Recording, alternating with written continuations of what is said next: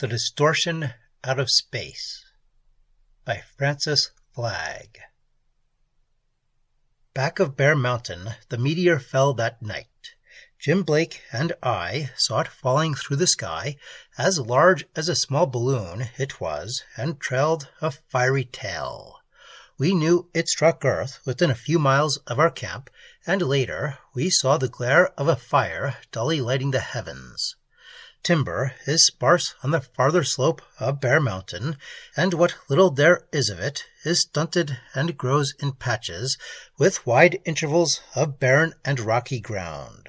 The fire did not spread to any extent, and soon burned itself out. Seated by our campfire, we talked of meteoroids, those casual visitants from outer space, which are usually small and consumed by heat on entering Earth's atmosphere. Jim spoke of the huge one that had fallen in northern Arizona before the coming of the white man, and of another, more recent, which fell in Siberia. Fortunately, he said, meteors do little damage, but if a large one were to strike a densely populated area, I shudder to think of the destruction to life and property. Ancient cities may have been blotted out in some such catastrophe. I don't believe that this one we just saw fell anywhere near Simpson's ranch. No, I said, it hit too far north. Had it landed in the valley, we couldn't have seen the reflection of the fire it started. We're lucky it struck no handier to us. The next morning, full of curiosity, we climbed to the crest of the mountain, a distance of perhaps 2 miles. Bear Mountain is really a distinctive hogsback of some height, with more rugged and higher mountain peaks around and beyond it. No timber grows on the summit, which, save for tufts of bear grass and yucca, is rocky and bare. Looking down the farther side from the eminence attained, we saw that an area of hillside was blasted and still smoking. The meteor, however, had buried itself out of sight in earth and rock, leaving a deep crater some yards in extent. About 3 miles away, in the small valley below, lay Henry Simpson's ranch, seemingly undamaged. Henry was a licensed guide, and when he went into the mountains after deer, we made his place our headquarters. Henry was not visible as we approached, nor his wife, and a certain uneasiness hastened our steps when we perceived that a portion of the house roof — the house was built of adobe 2 stories high, and had a slightly pitched roof made of rafters across which corrugated iron strips were nailed — was twisted and rent. "Good heavens," said Jim, "I hope a fragment of that meteorite hasn't done any damage here." Leaving the burros to shift for themselves, we rushed into the house. "Hey, Henry!" I shouted. "Henry! Henry!" Never shall I forget the sight of Henry Simpson's face as he came tottering down the broad stairs. Though it was 8 o'clock in the morning, he still wore pajamas. His gray hair was tousled, his eyes staring. "Am I mad? Dreaming?" he cried hoarsely. He was a big man, all of 6 feet tall, not the ordinary mountaineer, and though over 60 years of age, possessed of great physical strength. But now his shoulders sagged, he shook as if with palsy. "For heaven's sake, what's the matter?" demanded Jim. "Where's your wife?" Henry Simpson straightened himself with an effort. "Give me a drink." Then he said strangely, "I'm in my right mind. Of course I must be in my right mind. But how can that thing upstairs be possible?" "What thing? What do you mean?" "I don't know. I was sleeping soundly when the bright light wakened me. That was last night. Hours and hours ago, something crashed into the house." "A piece of the meteorite," said Jim, looking at me. "Meteorite?" "One fell last night on Bear Mountain. We saw it fall." Henry Simpson lifted a gray face. "It may have been that." "You wakened, you say?" "Yes, with a cry of fear. I thought the place had been struck by lightning. 'Lydia!' I screamed. thinking of my wife, but Lydia never answered. The bright light had blinded me. At first I could see nothing. Then my vision cleared. Still I could see nothing, though the room wasn't dark. What? Nothing, I tell you. No room, no walls, no furniture, only whichever way I looked, emptiness. I'd leapt from bed in my first waking moments and couldn't find it again. I walked and walked, I tell you, and ran, but the bed had disappeared. The room had disappeared. It was like a nightmare. I tried to wake up. I was on my hands and knees, crawling, when someone shouted my name. I crawled toward the sound of that voice, and suddenly I was in the hallway above, outside my room door. I dared not look back. I was afraid, I tell you, afraid. I came down the steps. He paused, wavered. We caught him and eased his body down on a sofa. "For God's sake," he whispered, "go find my wife." Jim said soothingly, There, sir. Your wife is all right." He motioned me imperatively with his hand. "Go out to our cabin, Bill, and bring me my bag." I did as he bade. Jim was a practicing physician and never traveled without his professional kit. He dissolved a morphine tablet, filled a hypodermic, and shot its contents into Simpson's arm. In a few minutes the old man sighed, relaxed, and fell into heavy slumber. "Look," said Jim, pointing. The soles of Simpson's feet were bruised, bleeding, the pajamas shredded at the knees lacerated. "He didn't dream it," muttered Jim at length. "He's been walking and crawling all night." We stared at each other. "But good Lord, man!" I exclaimed.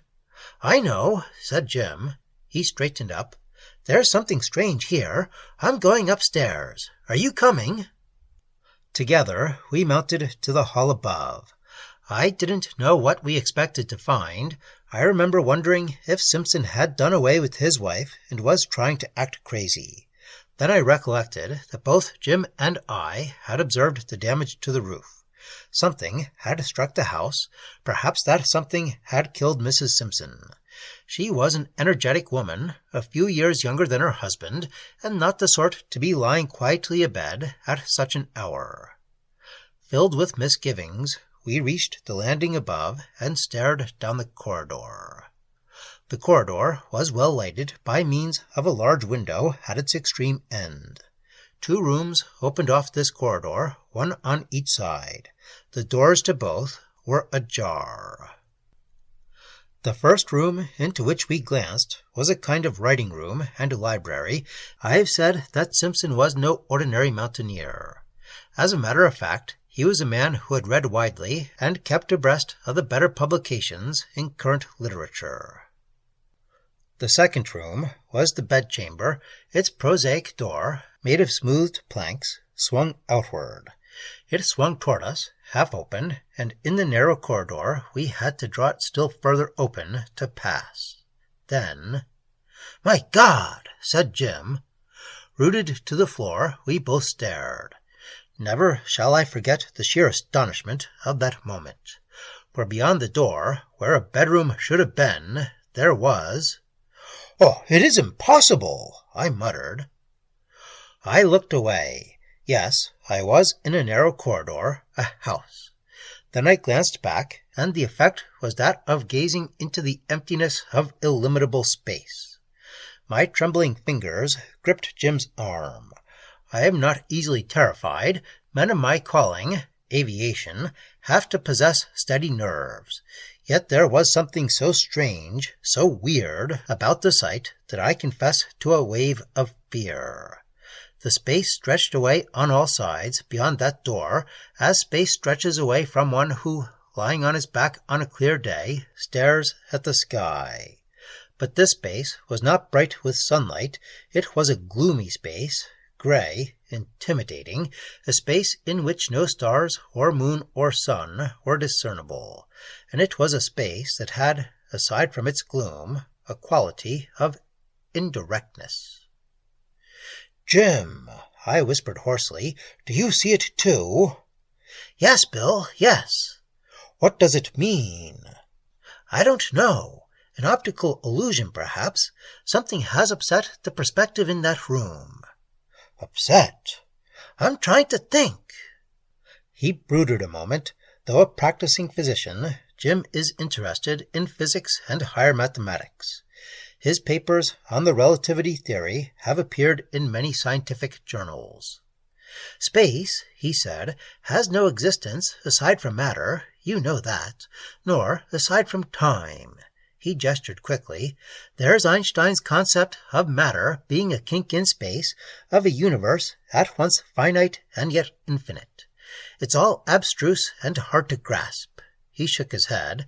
"But in outer space, far beyond the reach of our most powerful telescopes, things may not function exactly as they do on Earth. Laws may vary, phenomena the direct opposite of what we are accustomed to may exist." His voice sank. I stared at him, fascinated. "And that meteoroid from God knows where—" He paused a moment. "I am positive that this phenomena we witness is connected with it. Something came to Earth in that meteor and has lodged in this room. Something possessing alien properties that is able to distort, warp—" His voice died away. I stared fearfully through the open door. "Good heavens!" I said. "What can it be? What would have the power to create such an illusion?" "If it is an illusion," muttered Jim, "perhaps it is no more an illusion than the environment in which we have our being, and which we scarcely question. Don't forget that Simpson wandered through it for hours. Oh, it sounds fantastic, impossible, I know, and at first I believed he was raving, but now... He straightened abruptly. "Mrs. Simpson is somewhere in that room, in that incredible space, perhaps wandering about, lost, frightened. I'm going in." I pleaded with him to wait, to reconsider. "If you go, I'll go too," I said. He loosened my grip. "No, you must stay by the door to guide me with your voice." Despite my further protestations, he stepped through the doorway. In doing so, it seemed that he must fall into an eternity of nothing. "Jim!" I called fearfully. He glanced back, but whether he heard my voice, I could not say. Afterwards, he said he hadn't. It was weird to watch him walking, a lone figure in the midst of infinity. I tell you, it was the weirdest and most incredible sight the eye of man has ever seen. I must be asleep, dreaming, I thought. This can't be real. I had to glance away to assure myself by a sight of the hall that I was actually awake. The room, at most, was only 30 feet from door to wall, yet Jim went on and on, down an everlasting vista of great distance, until his figure began to shorten, dwindle. Again I screamed, "Jim! Jim! Come back, Jim!" But in the very moment of my screaming, his figure flickered, went out, and in all the vast lonely reaches of that gloomy void, nowhere was he to be seen. Nowhere. I wonder if anyone can imagine a tithe of the emotions which swept over me at that moment. I crouched by the doorway of that incredible room, a prey to the most horrible fears and surmises. Anon I called out, "Jim! Jim!" But no voice ever replied, no familiar figure loomed on my sight. The sun was high overhead when I went heavily down the stairs and out into the open. Simpson was still sleeping on the couch, the sleep of exhaustion. I remembered that he had spoken of hearing our voices calling him as he wandered through gray space, and it came over me, as ominous and suggestive of disaster, that my voice had, apparently, never reached Jim's ears, that no sound had come to my own ears out of the weird depths. After the long hours of watching in the narrow corridor, of staring into alien space, it was with an inexpressible feeling of relief of having escaped something horrible and abnormal that I greeted the sun-drenched day. The burrows were standing with drooping heads in the shade of a live oak tree. Quite methodically, I relieved them of their packs, then I filled and lit my pipe, doing everything slowly, carefully, as if aware of the need for restraint, calmness. On such little things does a man's sanity often depend, and all the time I stared at the house, at the upper portion of it where the uncanny room lay. Certain cracks showed in its walls, and the roof above was twisted and torn. I asked myself, how was this thing possible? How, within the narrow confines of a single room, could the phenomenon of infinite space exist? Einstein, Eddington, Jeans, I had read their theories, and Jim might be correct. But the strangeness of it, the horror... "You're mad, Bill," I said to myself. Mad, mad.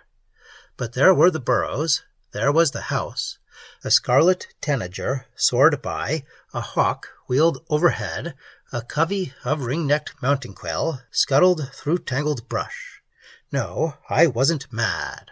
I couldn't be dreaming, and Jim was somewhere in that accursed room, that distortion out of space, lost, wandering. It was the most courageous thing I ever did in my life. To re-enter that house, climb those stairs, I had to force myself to do it, for I was desperately afraid, and my feet dragged. But Simpson's Ranch was in a lonely place, the nearest town or neighbor miles distant. It would take hours to fetch help, and of what use would it be when it did arrive? Besides, Bill needed aid, now, at once. Though every nerve and fiber of my body rebelled at the thought, I fastened the end of a rope to a nail driven in the hall floor and stepped through the doorway. Instantly, I was engulfed by endless space. It was a terrifying sensation. So far as I could see, my feet rested on nothing. Endless distance was below me as well as above. Sick and giddy, I paused and looked back, but the doorway had vanished. Only the coil of rope in my hands and the heavy pistol in my belt saved me from giving way to utter panic. Slowly, I paid out the rope as I advanced. At first, it stretched into infinity like a sinuous serpent. Then suddenly, all but a few yards of it disappeared. Fearfully, I tugged at the end in my hands. It resisted the tug. The rope was still there, even if invisible to my eyes, every inch of it paid out. Yet I was no nearer the confines of that room. Standing there, with emptiness above, around, below me, I knew the meaning of utter desolation, of fear and loneliness. This way and that, I groped at the end of my tether. Somewhere, Jim must be searching and groping too. "Jim!" I shouted, and miraculously enough, in my very ear it seemed, Jim's voice bellowed, "Bill! Bill! Is that you, Bill?" "Yes," I almost sobbed. "Where are you, Jim?" "I don't know. This place has me bewildered. I've been wandering around for hours.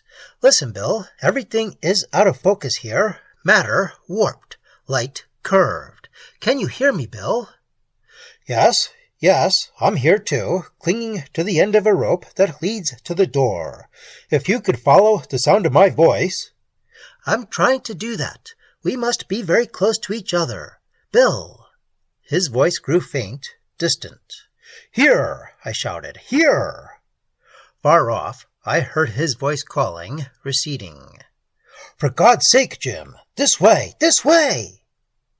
Suddenly, the uncanny space appeared to shift, to eddy. I can describe what occurred in no other fashion, and for a moment, in remote distance, I saw Jim's figure. It was toiling up an endless hill, away from me, up a black dot against an immensity of nothing. Then the dot flickered, went out, and he was gone. Sick with nightmarish horror, I sank to my knees, and even as I did so, the realization of another disaster made my heart leap suffocatingly to my throat. In the excitement of trying to attract Jim's attention, I dropped hold of the rope. Panic leapt at me, sought to overwhelm me, but I fought it back. Keep calm, I told myself. Don't move. Don't lose your head. The rope must be lying at your feet. But though I felt carefully on all sides, I could not locate it. I tried to recollect if I had moved from my original position. Probably I had taken a step or two away from it, but in what direction? Hopeless to ask. In that infernal distortion of space and matter, there was nothing by which to determine direction. Yet I could not abandon hope. The rope was my only guide to the outer world, the world of normal phenomena and life. This way and that I searched, wildly, frantically, but to no purpose. At last I forced myself to stand quite still, closing my eyes to shut out the weird void. My brain functioned chaotically. Lost in a 30-foot room, Jim, myself, and a woman, unable to locate one another. The thing was impossible, incredible. With trembling fingers, I took out my pipe, pressed tobacco in the charred bowl, and applied a match. Thank God for nicotine. My thoughts flowed more clearly. Incredible or not, here I was, neither mad nor dreaming. Some quirk of circumstance had permitted Simpson to stagger from the web of illusion, but that quirk had evidently been 1 in 1,000. Jim and I might go wandering through the alien depths until we died of hunger and exhaustion. I opened my eyes. The grey clarity of space, a clarity of subtle indirection, still hemmed me in. Somewhere within a few feet of where I stood, as distance is computed in a 3-dimensional world, Jim must be walking or standing. But this space was not 3-dimensional. It was a weird dimension from outside the solar system, which the mind of man could never hope to understand or grasp. And it was terrifying to reflect that within its depths Jim and I might be separated by thousands of miles, and yet be cheek by jowl.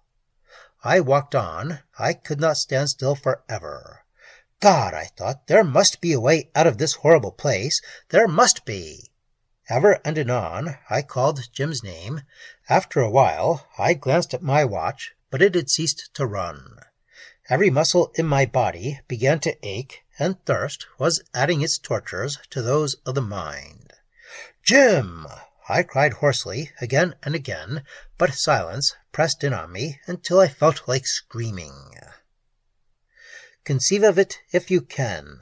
Though I walked on matter firm enough to the feet, seemingly space stretched below as well as above. Sometimes I had the illusion of being inverted, of walking head downward. There was an uncanny sensation of being translated from spot to spot without the need of intermediate action. God! I prayed inwardly. God! I sank to my knees, pressing my hands over my eyes. But of what use was that? Of what use was anything? I staggered to my feet, fighting the deadly fear gnawing at my heart, and forced myself to walk slowly, without haste, counting the steps. 1, 2, 3... When it was I first noticed the shimmering radiation, I cannot say. Like heat radiation it was, only more subtle, like waves of heat rising from an open furnace. I rubbed my eyes. I stared tensely. Yes, waves of energy were being diffused from some invisible source.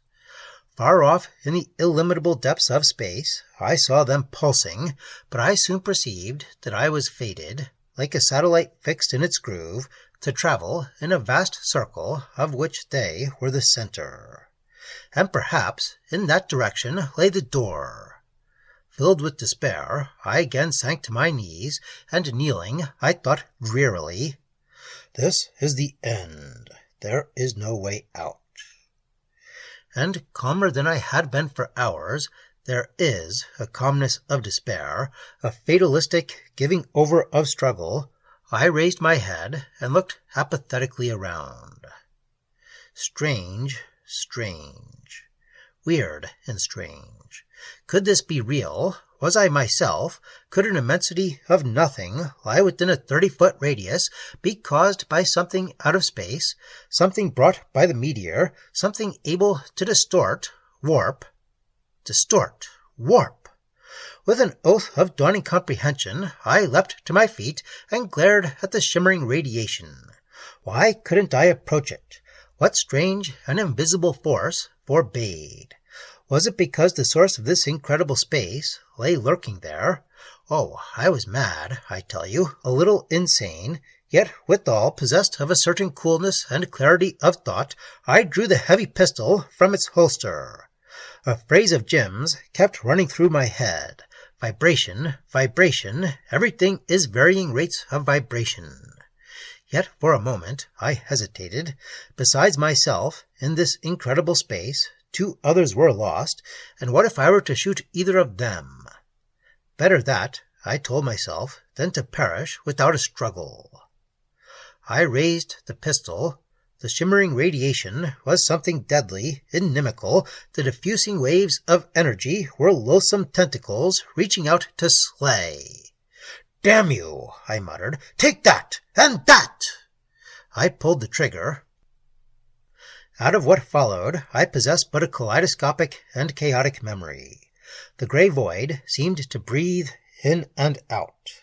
Alternately, I saw space and room, room and space, and leering at me through the interstices of this bewildering change, something indescribably loathsome, something that lurked at the center of a crystal ball my shots had perforated.